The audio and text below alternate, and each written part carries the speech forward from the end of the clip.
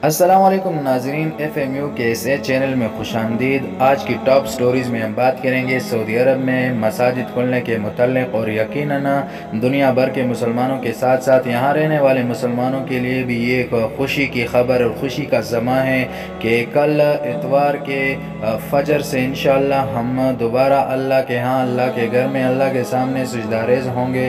ताहम इस सिलसिले में हुकूमत की जानिब से, वज़ारत सेहत की जानिब से कुछ हिदायत बयान की गई थी, जिसे जानना और उस पर अमल करना हमारे लिए इंतहाई ज़रूरी है, क्योंकि अल्हम्दुलिल्लाह सऊदी अरब में करोना वायरस का ज़ोर टूट रहा है, और अल्लाह न करे कि हमारी गफलत की वजह से हमें या दूसरों का नुकसान हो जाए। तो पहली वजाहत ये कि कल चूँकि कर्फ्यू में मज़ीद कमी कर दी जाएगी और सुबह 6 से शाम 8 बजे तक घरों से निकलने और घूमने की इजाज़त होगी, सो बहुत सारे दोस्तों के जहनों में ये सवाल आ रहा होगा कि इशा और फजर की दो नमाज़ें जो कर्फ्यू के वक्त में हैं, तो इसके लिए हम घरों से निकल सकेंगे कि नहीं? इसका जवाब हाँ है जी, बिल्कुल आप निकल सकते हैं और फजर और इशा की नमाज के लिए भी जा सकते हैं। ये मैं नहीं कह रहा, बल्कि ये वज़ारत दाखिलिया के तर्जुमान की जानिब से जब उनसे पूछा गया इस मुतालिक यही सवाल, तो उन्होंने वजाहत देते हुए कहा था कि आपके मोहल्ले में इर्द गिर्द जो मसाजिद हैं, जो वॉकिंग डिस्टेंस पे हैं, यानी जहाँ आप पैदल चल के जा सकते हैं, तो उन मसाजिद तक आप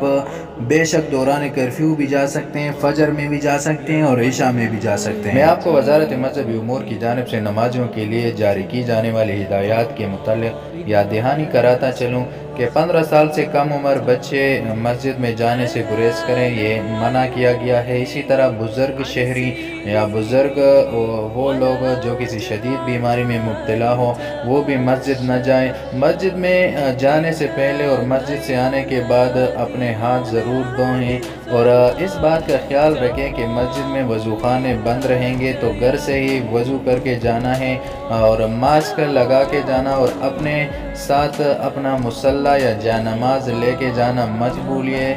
मस्जिद पहुंचने पर अगर दरवाजे पे भीड़ है तो आप थोड़ा सब्र और तहम्मुल से काम लें। इसी तरह से मस्जिद से निकलते वक्त भी थोड़ा सब्र से काम लें और दरवाज़ों में भीड़ न बनाएं। जब आप मस्जिद पहुंचे तो वहाँ पे कुछ अलामात कर दी गई हैं, कुछ मार्किंग की गई हैं वज़ारत मज़हबी उमूर की जानिब से। आप उन निशानात या उन अलामात को फॉलो करें और उसी निशान पे अपना जानमाज रखें, क्योंकि नमाजियों के बीच में फ़ासला बरकरार रखना एक ज़रूरी अंसर है।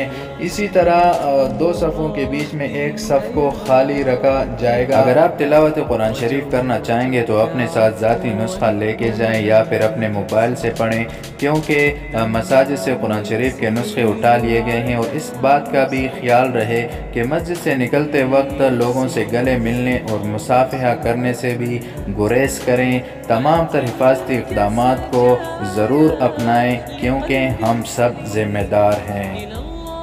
ये थी अब तक की अपडेट। सऊदी अरब से मुसद्दक़ा ख़बरों और दुरुस्त मालूमात जानने के लिए इस चैनल को सब्सक्राइब करके बेल आइकॉन को दबाएं। अल्लाह हाफ़िज़।